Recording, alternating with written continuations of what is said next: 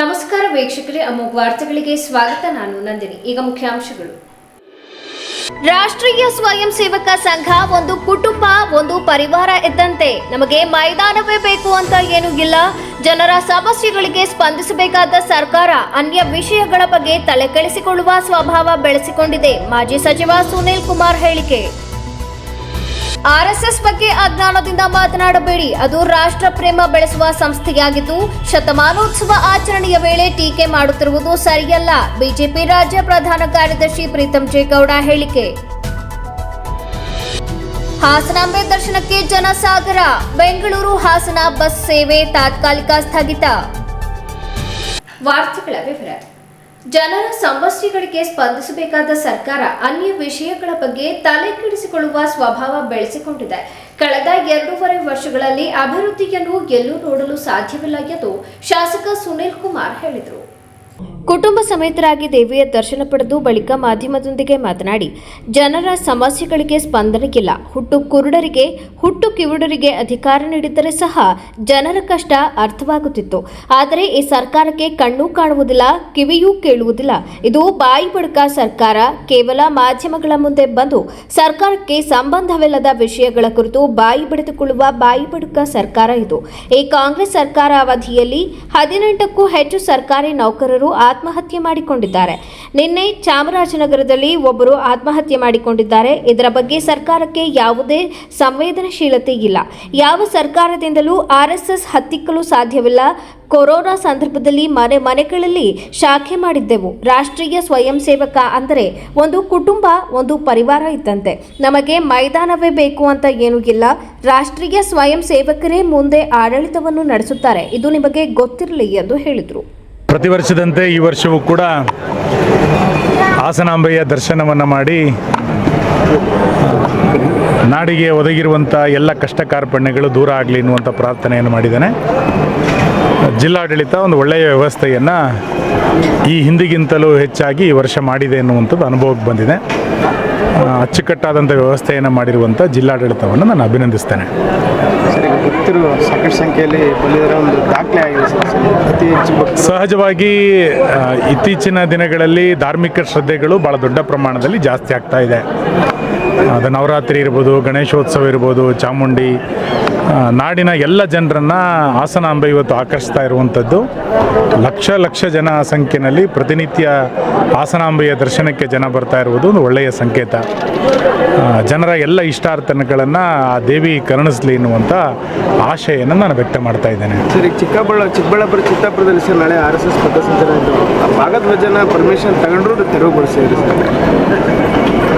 ಈ ಸರ್ಕಾರದಲ್ಲಿ ಅಭಿವೃದ್ಧಿ ಎನ್ನುವಂಥದ್ದು ಒಂದು ಮರೀಚಿಕೆ. ಇದೊಂದು ಅಭಿವೃದ್ಧಿ ವಿರೋಧಿಯಾದಂಥ ಸರ್ಕಾರ. ಎಲ್ಲ ರಂಗಗಳಲ್ಲಿ ವೈಫಲ್ಯಗಳನ್ನು ಕಂಡಂಥ ಸರ್ಕಾರ. ಜನರ ಸಮಸ್ಯೆಗಳಿಗೆ ಸ್ಪಂದಿಸಬೇಕಾದಂಥ, ಜನರ ಸಮಸ್ಯೆಗಳಿಗೆ ಧ್ವನಿ ಆಗಬೇಕಾದಂಥ ಸರ್ಕಾರ ಅದು ಯಾವುದನ್ನು ಮಾಡದಲ್ಲೇ ಅನ್ಯ ವಿಚಾರದ ಬಗ್ಗೆನೇ ತಲೆ ಕೆಡಿಸ್ಕೊಳ್ಳುವಂಥ ಸ್ವಭಾವವನ್ನು ಈ ಸರ್ಕಾರ ಬೆಳೆಸ್ಕೊಳ್ತಾ ಇದೆ. ಕಳೆದ 2.5 ವರ್ಷಗಳಲ್ಲಿ ಅಭಿವೃದ್ಧಿಯನ್ನು ನಾವು ಎಲ್ಲೂ ಕೂಡ ನೋಡಲಿಕ್ಕೆ ಸಾಧ್ಯ ಆಗಲಿಲ್ಲ. ಕಿತ್ತು ತಿನ್ನುವಂಥ ನೂರಾರು ಸಮಸ್ಯೆಗಳಿದ್ದರೂ ಕೂಡ ಈ ಸರ್ಕಾರ ಇವತ್ತು ಸ್ಪಂದನವನ್ನು ಕೊಟ್ಟಿಲ್ಲ. ಹುಟ್ಟು ಕುರುಡರಿಗೆ, ಹುಟ್ಟು ಕಿವುಡರಿಗೆ ಅಧಿಕಾರವನ್ನು ಕೊಟ್ಟಿದ್ದರೂ ಕೂಡ ಜನರ ಸಮಸ್ಯೆಗಳು ಅರ್ಥ ಆಗ್ತಾ ಇತ್ತು. ಈ ಸರ್ಕಾರಕ್ಕೆ ಕಣ್ಣು ಕಾಣೋದಿಲ್ಲ, ಈ ಸರ್ಕಾರಕ್ಕೆ ಕಿವಿಯೂ ಕಾಣೋದಿಲ್ಲ. ಇದೊಂದು ಬಾಯಿ ಬಡುಕ ಸರ್ಕಾರ. ಕೇವಲ ಪತ್ರಿಕಾ ಹೇಳಿಕೆಗಳಿಗೆ ಮೀಡಿಯಾಗಳ ಮುಂದೆ ಬಂದು ಸರ್ಕಾರಕ್ಕೆ ಸಂಬಂಧಪಡದಲೇ ಇರುವಂಥ, ಜನರ ಸಮಸ್ಯೆಗಳಿಗೆ ಸಂಬಂಧಲೇ ಪಡದೇ ಇರುವಂಥ ವಿಷಯಗಳ ಬಗ್ಗೆ ಬಾಯಿ ಬಡ್ಕೊಳ್ತಾ ಇರುವಂಥ ಒಂದು ಬಾಯಿ ಬಡುಕ ಸರ್ಕಾರ ಇದು. ಈ ಸರ್ಕಾರದ ಅವಧಿಯಲ್ಲಿ 18ಕ್ಕೂ ಹೆಚ್ಚು ಜನ ಸರ್ಕಾರಿ ನೌಕರರು ಆತ್ಮಹತ್ಯೆಯನ್ನು ಮಾಡ್ಕೊಂಡಿದ್ದಾರೆ. ನಿನ್ನೆ ಚಾಮರಾಜನಗರದಲ್ಲಿ ಆತ್ಮಹತ್ಯೆಯನ್ನು ಮಾಡ್ಕೊಂಡು ನಾವು ನೋಡಿದ್ದೀವಿ. ಇದು ಯಾವುದರ ಬಗ್ಗೆಯೂ ಕೂಡ ಸರ್ಕಾರಕ್ಕೆ ಒಂದು ಸಂವೇದನಶೀಲತೆ ಇಲ್ಲ. ಹೆಚ್ಚಾಗಿ ನಿನ್ನೆ ಗುತ್ತಿಗೆದಾರರು 33,000 ಕೋಟಿ ರೂಪಾಯಿ ನಮಗೆ ಬಾಕಿ ಇದೆ ಎನ್ನುವಂಥದ್ದನ್ನು ಪತ್ರಿಕಾಗೋಷ್ಠಿನಲ್ಲಿ ಬಂದು ಹೇಳುವಂಥ ಪರಿಸ್ಥಿತಿ ಬಂದಿದೆ. ಗುತ್ತಿಗೆದಾರರು ಸರ್ಕಾರಕ್ಕೆ ಗಡುವನ್ನು ಕೊಡುವಂಥ ಪರಿಸ್ಥಿತಿ ಕರ್ನಾಟಕದಲ್ಲಿ ಮೊದಲನೇ ಬಾರಿಗೆ ಇತಿಹಾಸದಲ್ಲಿ ನಿರ್ಮಾಣ ಆಗಿರುವಂಥದ್ದು. ಇಂಥ ಒಂದು ಭ್ರಷ್ಟ ಸರ್ಕಾರವನ್ನು ಕರ್ನಾಟಕದಲ್ಲಿ ಯಾವತ್ತೂ ಕೂಡ ನಾವು ನೋಡಲಿಲ್ಲ. ಈ ಸರ್ಕಾರ ಅಭಿವೃದ್ಧಿಯನ್ನು ಮರೆತಿರುವಂಥ ಸರ್ಕಾರ, ದಲಿತ ವಿರೋಧಿಯಾದಂಥ ಸರ್ಕಾರ, 80% ಭ್ರಷ್ಟಾಚಾರದಲ್ಲಿ ತೊಡಗಿರುವಂಥ ಸರ್ಕಾರ. ಸರ್ಕಾರದ ವೈಫಲ್ಯಗಳನ್ನು ಮರೆಮಾಚಲಿಕ್ಕೆ ಇನ್ಯಾವುದ್ಯಾವುದೋ ವಿಷಯಗಳನ್ನು ಚರ್ಚೆ ಮಾಡುವಂಥ ಪ್ರವೃತ್ತಿಯನ್ನು ಈ ಸರ್ಕಾರ ಬೆಳೆಸ್ಕೊಂಡಿದೆ. ನಾನು ಪ್ರಿಯಾಂಕಾ ಖರ್ಗೆ ಅವರಿಗೆ ವಿನಂತಿ ಮಾಡ್ತೇನೆ, ಕಲಬುರಗಿನಲ್ಲಿ ಜನ ಕೂಲಿಗೆ ಕೆಲಸ ಇಲ್ಲದಂತೆ ವಲಸೆ ಹೋಗ್ತಾ ಇದ್ದಾರೆ. ಇದ್ರ ಬಗ್ಗೆ ನಿಮ್ಮ ಆದ್ಯತೆ ಏನಿದೆ? ನಿಮ್ಮ ಜಿಲ್ಲೆನಲ್ಲಿ SLC PUCನಲ್ಲಿ ರಾಜ್ಯದ ಕೊನೆಯ ಸ್ಥಾನವನ್ನು ತಲುಪಿದೆ. ಇದಕ್ಕೆ ನಿಮ್ಮ ಕೊಡುಗೆ ಏನಿದೆ? ಕಲ್ಯಾಣ ಕರ್ನಾಟಕದ ಅಭಿವೃದ್ಧಿ ಅಂತೇಳಿ ನೂರಾರು ಕೋಟಿ ರೂಪಾಯಿ ಬಿಡುಗಡೆ ಆಗಿದ್ರೂ ಕೂಡ ಅನುಷ್ಠಾನಕ್ಕೆ ಬರಲಿಲ್ಲ. ಇದ್ರ ಬಗ್ಗೆ ನಿಮ್ಮದು ಆದ್ಯತೆ ಏನಿದೆ? ಗ್ರಾಮೀಣಾಭಿವೃದ್ಧಿ ಇಲಾಖೆಯಲ್ಲಿ ಕಿತ್ತು ತಿನ್ನುವಂಥ ನೂರಾರು ಸಮಸ್ಯೆಗಳಿದೆ. ಕಳೆದ ಬಾರಿ 10 ಕೋಟಿ ರೂಪಾಯಿ ಅನುದಾನವನ್ನು ಗ್ರಾಮೀಣಾಭಿವೃದ್ಧಿ ಇಲಾಖೆ ಮುಖಾಂತರ ಶಾಸಕರಿಗೆ ಕೊಟ್ಟಿದ್ರು. ಇವತ್ತಿನ ತನಕ 1 ರೂಪಾಯಿ ಅನುದಾನವನ್ನು ಬಿಡುಗಡೆ ಮಾಡಲಿಲ್ಲ. ಇದ್ರ ಬಗ್ಗೆ ನಿಮ್ಮ ನಿಲುವೇನಿದೆ? ಈ ರೀತಿ ಆ ಇಲಾಖೆ ಸಂಪೂರ್ಣವಾಗಿ ಕೋಮಾ ಸ್ಟೇಜಿಗೆ ಹೋಗಿರುವಂಥ ಸಂದರ್ಭದಲ್ಲಿ ಆ ಇಲಾಖೆಯಲ್ಲಿ ಏನೂ ಮಾಡಲಿಕ್ಕೆ ಆಗದಲ್ಲೇ ಇರುವಂಥ ಒಬ್ಬ ನಿರ್ಲಜ್ಜ ಸಚಿವ ಇಲಾಖೆಯಲ್ಲಿ ಏನನ್ನೂ ಮಾಡಲಿಕ್ಕಾಗಿಲ್ಲ. ಆ ಕಾರಣಕ್ಕೆ ವಿನಾಕಾರಣವಾಗಿ RSS ಅನ್ನು ಹೇಳ್ತರುವಂಥ ಪ್ರಯತ್ನ ಮಾಡ್ತಾ ಇದ್ದಾರೆ. ಯಾರಿಗೆ RSSನ ರುಚಿ ಗೊತ್ತಿದೆಯೋ ಅವರಿಗೆ ಅದರ ಅನುಭವ ಬರುತ್ತೆ. ರುಚಿಯೂ ಗೊತ್ತಿಲ್ಲ, ಅನುಭವ ಗೊತ್ತಿಲ್ಲದಿರುವಂಥವ್ರು ಅಪ್ರಬುದ್ಧತೆಯಿಂದ, ಮೂರ್ಖತನದಿಂದ ಮಾತಾಡ್ತಾ ಇದ್ದಾರೆ. ಹಾಗಾಗಿ ಪ್ರಿಯಾಂಕಾ ಖರ್ಗೆಯ ರೂಪದಲ್ಲಿರುವಂಥ ಅಪ್ರಬುದ್ಧರಿಗೆ, ಮೂರ್ಖತನದಲ್ಲಿರೋರಿಗೆ ನಾನಿನ್ನು ಪ್ರತಿಕ್ರಿಯೆಯನ್ನು ಕೊಡೋದಿಲ್ಲ. ಈಗ ಸರ್ಕಾರ RSS ಯಾವ ಸರ್ಕಾರವೂ ಕೂಡ RSSನ ಹತ್ತಿಕ್ಲಿಕ್ಕೆ ಆಗೋದಿಲ್ಲ. ಕೊರೋನಾ ಸಂದರ್ಭದಲ್ಲಿ ಮನೆಗಳಲ್ಲಿ ಶಾಖೆ ನಾವು ಮಾಡಿದ್ವಿ. ಇವತ್ತು ಮೈದಾನ ಇಲ್ಲ ಅಂದ ತಕ್ಷಣ RSS ನಿರ್ಬಂಧ ಮಾಡಲಿಕ್ಕಾಗತ್ತಾ? RSS ಅಂತಂದ್ರೆ ಒಂದು ಕುಟುಂಬ, RSS ಅಂತಂದ್ರೆ ಒಂದು ಪರಿವಾರ. ನಾವು ಎಲ್ಲ ಚಟುವಟಿಕೆಗಳನ್ನು ಮಾಡ್ತೇವೆ, ನಮಗೆ ಮೈದಾನನೇ ಬೇಕು ಅಂತ ಏನಿಲ್ಲ. ಹಾಗಂತೇಳಿ ಸರ್ಕಾರ ಮೈದಾನವನ್ನು ಕೊಡೋದಲ್ಲೇ ಇನ್ಯಾವುದೋ ಆಟದ ಮೈದಾನಗಳನ್ನು ರಿಸ್ಟ್ರಿಕ್ಷನ್ ಮಾಡಿ RSSನ್ನು ಹತ್ತಿಕ್ತೀವಿ ಎನ್ನುವಂಥದ್ದು ಮೂರ್ಖತನದ ಪರಮಾವಧಿ. ನಾವು ಇನ್ನಷ್ಟು ದೊಡ್ಡ ಪ್ರಮಾಣದಲ್ಲಿ ಬೆಳಿತೇವೆ ಮತ್ತು RSSನ ಸ್ವಯಂ ಸೇವಕರೇ ಕರ್ನಾಟಕದಲ್ಲಿ ಮುಂದಿನ ಆಡಳಿತವನ್ನು ನಡೆಸ್ತಾರೆ. ಇದು ನಿಮಗೆ ಗೊತ್ತಿರಲಿ ಅಷ್ಟೇ. ಸರ್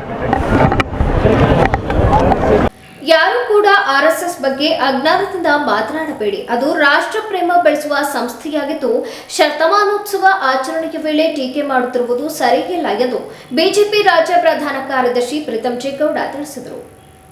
ಕುಟುಂಬ ಸಮೇತ ಆಗಮಿಸಿ ಹಾಸನಾಂಬ ದೇವಿ ದರ್ಶನ ಪಡೆದ ಬಳಿಕ ಮಾಧ್ಯಮದೊಂದಿಗೆ ಮಾತನಾಡಿ, ತಾಯಿ ಹಾಸನಾಂಬೆ ಇಡೀ ರಾಜ್ಯಕ್ಕೆ ಒಳ್ಳೆಯದು ಮಾಡಲಿ ಎಂದು ಪ್ರಾರ್ಥಿಸಿದ್ದೇನೆ. ಈ ಬಾರಿ ಜಿಲ್ಲಾ ಉಸ್ತುವಾರಿ ಸಚಿವರ ನೇತೃತ್ವದಲ್ಲಿ ಉತ್ಸವದ ಹೊಸ ಕಾಯಕಲ್ಪ ಕಂಡಿದ್ದೇವೆ. ಭಕ್ತರ ಸಂಖ್ಯೆ ಹೆಚ್ಚಿದ್ದರೂ ಸವಾಲುಗಳ ನಡುವೆ ಉತ್ತಮ ವ್ಯವಸ್ಥೆ ಮಾಡಲಾಗಿದೆ. ಎಲ್ಲರೂ ಕೈಜೋಡಿಸಿ ಉತ್ಸವ ಯಶಸ್ವಿಯಾಗಿ ನಡೆಸಲಾಗುತ್ತಿದೆ. ಇದೇ ವೇಳೆ ಪ್ರೀತಂ ಗೌಡ ಅವರು ತಮ್ಮ ಶಾಸಕರಾದ ಕಾಲವನ್ನು ನೆನಪಿಸಿಕೊಂಡು, ನಾನು ಶಾಸಕರಾಗಿದ್ದಾಗ ದಿನಕ್ಕೆ 18 ರಿಂದ 20 ಗಂಟೆ ಕೆಲಸ ಮಾಡುತ್ತಿದ್ದೆ. ಆಗ ಕೆಲವು ಬದಲಾವಣೆಗಳು ಆಗಿದ್ದವು. ವರ್ಷದಿಂದ ವರ್ಷಕ್ಕೆ ಅಭಿವೃದ್ಧಿಯ ಪ್ರಯತ್ನಗಳು ನಡೆಯುತ್ತಿವೆ. ಹಾಸನಕ್ಕೆ ಒಳ್ಳೆಯ ಹೆಸರು ಬರಲಿ ಎನ್ನುವುದು ನನ್ನ ಕೋರಿಕೆ ಎಂದು ಹೇಳಿದರು. ಕುಟುಂಬ ಸಮೇತವಾಗಿ ಹಾಸನ ಜಿಲ್ಲೆಯು ಒಳಗೊಂಡಂತೆ ಇಡೀ ರಾಜ್ಯಕ್ಕೆ, ದೇಶಕ್ಕೆ ಒಳಿತಾಗಲಿ ಅಂತೇಳಿ ಹೇಳಿ ತಾಯಿಯಲ್ಲಿ ಪ್ರಾರ್ಥನೆಯನ್ನು ಮಾಡಿದ್ದೇನೆ. ಉಸ್ತುವಾರಿ ಸಚಿವರು, ಕಂದಾಯ ಸಚಿವರಾದ ಕೃಷ್ಣ ಬೈರೇಗೌಡರು ಒಂದು ಹೊಸ ಪ್ರಯೋಗದ ರೀತಿಯಲ್ಲಿ ನಾವೆಲ್ಲ ಹಲವಾರು ವರ್ಷಗಳಿಂದ ಮಾಡ್ತಾ ಬಂದಂಥ ಜಾತ್ರೋತ್ಸವಕ್ಕೆ ಒಂದು ಹೊಸ ಕಾಯಕಲ್ಪ ಕೊಡೋದಕ್ಕೆ ಪ್ರಯತ್ನ ಮಾಡಿದ್ದಾರೆ. ಆ ಪ್ರಯತ್ನದ ನಡುವೆಯೂ ಕೂಡ ಭಕ್ತ ಸಾಗರ ಹರಿದು ಬಂದ ಕಾರಣ ಅನೇಕ ಚಾಲೆಂಜಸ್ ಕೂಡ ಇದೆ. ತಾಯಿ ಹಾಸನಾಂಬೆ ಎಲ್ಲರಿಗೂ ಒಳ್ಳೆಯ ರೀತಿಯಲ್ಲಿ ದರ್ಶನವನ್ನು ಕೊಟ್ಟು ಅವರ ಕೃಪೆಗೆ ಪಾತ್ರರಾಗೋಕ್ಕೆ ಎಲ್ಲ ಬಂದಿರೋಂಥ ಭಕ್ತರಿಗೆ ನಾನು ಹಾಸನಕ್ಕೆ ಸ್ವಾಗತವನ್ನು ಕೊಡ್ತೀನಿ. 5 ವರ್ಷ ಶಾಸಕನಾಗಿ ಬೆಳಗ್ಗೆಯಿಂದ ರಾತ್ರಿ ತನಕ 18-20 ಗಂಟೆಗಳ ಕಾಲ ಕೆಲಸ ಮಾಡಿದ್ದೀವಿ. ಅದೇ ರೀತಿ ಇವಾಗ ಹೊಸ ಪ್ರೋಟೋಕಾಲ್ ಸಿಸ್ಟಮನ್ನು ಮಾಡಿದ್ದಾರೆ. ಎವಾಲ್ವಿಂಗ್ ಸಿಸ್ಟಮ್ ಇದು. ನಾವಿದ್ದಾಗ ಒಂದು ಇಂಪ್ರೂವೈಸೇಷನ್ ಆಯಿತು, ಇವತ್ತು ಈ ಇಂಪ್ರೂವೈಸೇಷನ್ ಆಗಿದೆ. ನಾಳೆ ಇನ್ನೂ ಅನೇಕ ಮಾಡಿಫಿಕೇಷನ್ಸ್ ಆಗೋಂಥ ಅವಶ್ಯಕತೆ ಇದೆ. ವಸ್ತುಸ್ಥಿತಿ ಇರುವಾಗ ಯಾವ ಚಾಲೆಂಜಸ್ ಇರುತ್ತೆ ಅದಕ್ಕೆ ಅಡಾಪ್ಟ್ ಮಾಡ್ಕೊಳ್ಳೋಂಥದ್ದು ಎಲ್ಲರಿಗೂ ಜವಾಬ್ದಾರಿತನ ಕರ್ತವ್ಯ. ಎಲ್ಲರೂ ಕೂಡ ಉಸ್ತುವಾರಿ ಸಚಿವರು ಏನು ಹೊಸ ಸಿಸ್ಟಮನ್ನು ಮಾಡಿದ್ದಾರೆ ಅದಕ್ಕೆ ಎಲ್ಲರೂ ಕೂಡ ಕೈ ಜೋಡಿಸಿದ್ದೀವಿ. ಒಟ್ಟಾರೆಯಾಗಿ ಜಾತ್ರಾ ಮಹೋತ್ಸವ ಭಾಳ ಯಶಸ್ವಿಯಾಗಿ ಆಗಬೇಕು, ಹಾಸನಕ್ಕೆ ಒಳ್ಳೆಯ ಹೆಸರು ಬರಬೇಕು ಅನ್ನೋದು ನಮ್ಮೆಲ್ಲರ ಒಂದು ಕೋರಿಕೆ ಹಾಗೂ ಬೇಡಿಕೆ. ಹಾಗಾಗಿ ಅದ್ರ ನಿಟ್ಟಿನಲ್ಲಿ ಯಾರು ಕೆಲಸ ಮಾಡ್ತಾರೋ ಎಲ್ಲರಿಗೂ ನಾನು ಸ್ವಾಗತವನ್ನು ಕೊಡ್ತೀನಿ. ಆರ್ಎಸ್ಎಸ್ ಕುರಿತು ಮಾತನಾಡಿದ ಅವರು, ಶತಮಾನೋತ್ಸವ ಆಚರಣೆಯ ಸಂದರ್ಭದಲ್ಲಿ ಕೆಲವು ಮಂದಿ ಆರ್ಎಸ್ಎಸ್ ಬಗ್ಗೆ ವೈಚಾರಿಕ ಅಜ್ಞಾನದಿಂದ ಟೀಕೆ ಮಾಡುತ್ತಿದ್ದಾರೆ. ಆರ್ಎಸ್ಎಸ್ ಸಂಸ್ಥೆ ಧರ್ಮ ರಕ್ಷಣೆ, ರಾಷ್ಟ್ರೀಯತೆ ಮತ್ತು ಸಮಾಜ ಸೇವೆಯ ತತ್ವವನ್ನು ಬೋಧಿಸುತ್ತಿದೆ. ಅದರ ಬಗ್ಗೆ ಮಾತನಾಡಬೇಕಾದರೆ ಜವಾಬ್ದಾರಿಯಿಂದ ಮಾತನಾಡಬೇಕು. ವಿಚಾರ ತಿಳಿಯದೆ ಗಾಳಿಯಲ್ಲಿ ಗುಂಡು ಹೊಡೆಯಬಾರದು. ಆರ್ಎಸ್ಎಸ್ ಸಂಸ್ಥೆಯು ರಾಷ್ಟ್ರದ ಅಖಂಡತೆ ಕಾಪಾಡುವ, ಯುವಕರಲ್ಲಿ ದೇಶ ಪ್ರೇಮ ಬೆಳೆಸುವ ಕೆಲಸ ಮಾಡುತ್ತಿದೆ.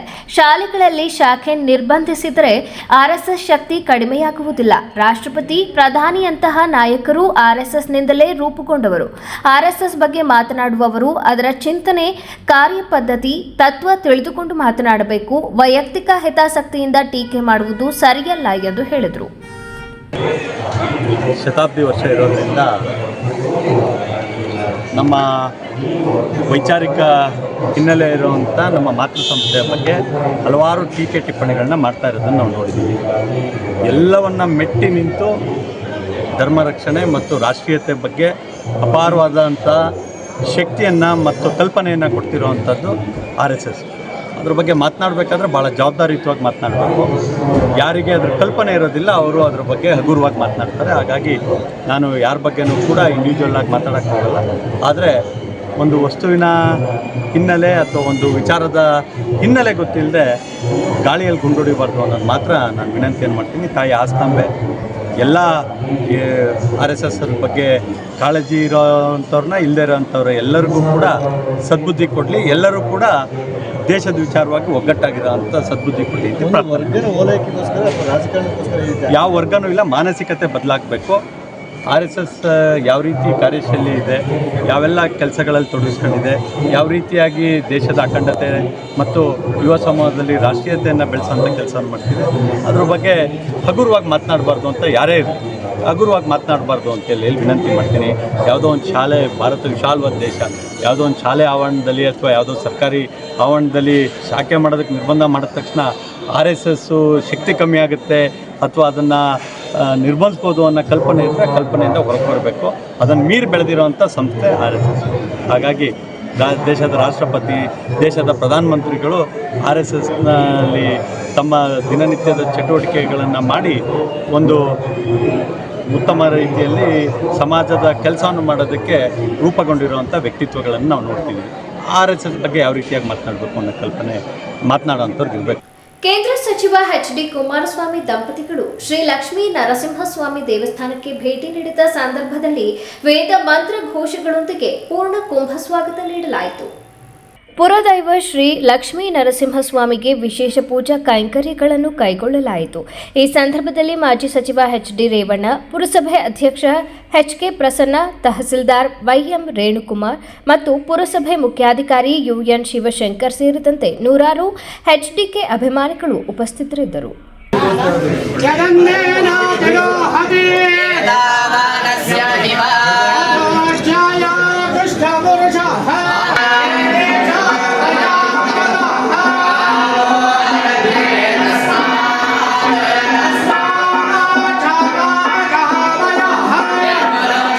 ವರ್ಷಕ್ಕೊಮ್ಮೆ ದರ್ಶನ ನೀಡುವ ಹಾಸನದ ಶ್ರೀ ಹಾಸನಾಂಬೆ ದೇವಿಯ ದರ್ಶನಕ್ಕೆ ರಾಜ್ಯದ ಮೂಲೆ ಮೂಲೆಗಳಿಂದ ಸಹಸ್ರಾರು ಸಂಖ್ಯೆಯಲ್ಲಿ ಭಕ್ತರು ಧಾವಿಸುತ್ತಿದ್ದಾರೆ.